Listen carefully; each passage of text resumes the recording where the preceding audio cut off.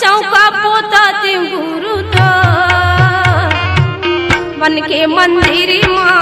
तन के मंदिर माँ तोला बैठा दे गुरु मन के मंदिर माँ तन के मंदिर माँ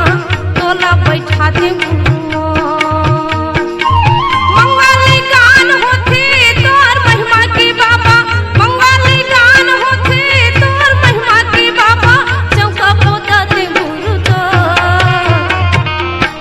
मंदिर माँ तन के मंदिर माँ तोला बैठा दे गुरु मन के मंदिर माँ तन के मंदिर माँ तोला बैठा दे गुरु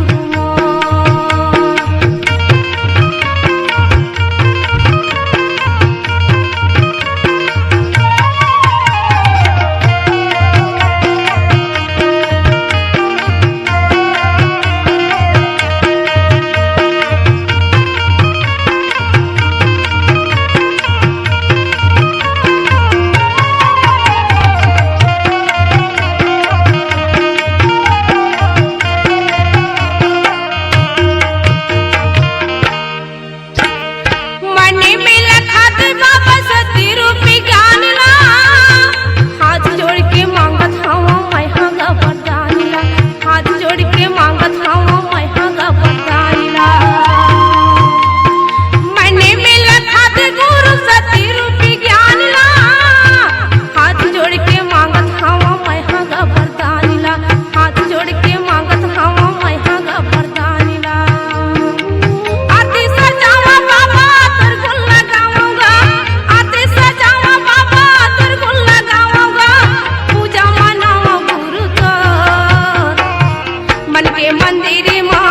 तन के मंदिर माँ तोला बैठा दे बाबा मन के मंदिर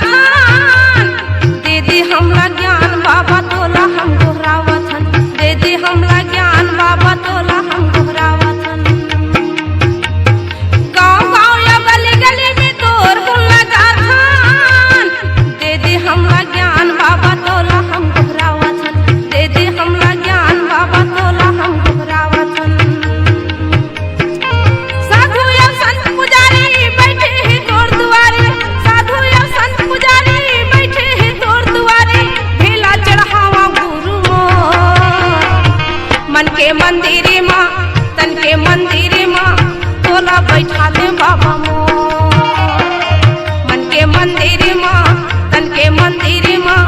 तोला बैठा दे बाबा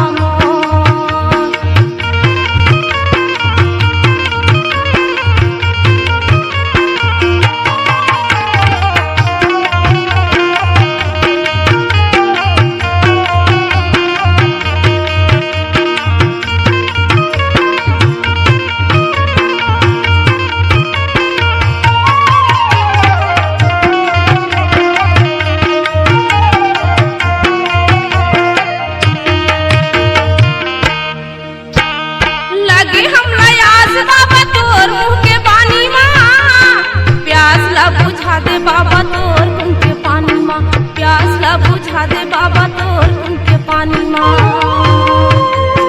लगे हमरा याद बाबा तोर मुँह के पानी माँ प्यास ला बुझा दे बाबा तोर उनके पानी माँ प्यास ला बुझा दे बाबा तोर उनके पानी माँ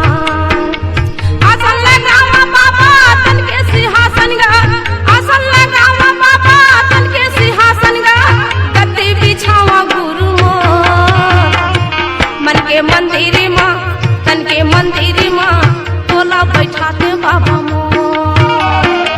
मन के मंदिर माँ तन के मंदिर माँ तोला बैठा दे।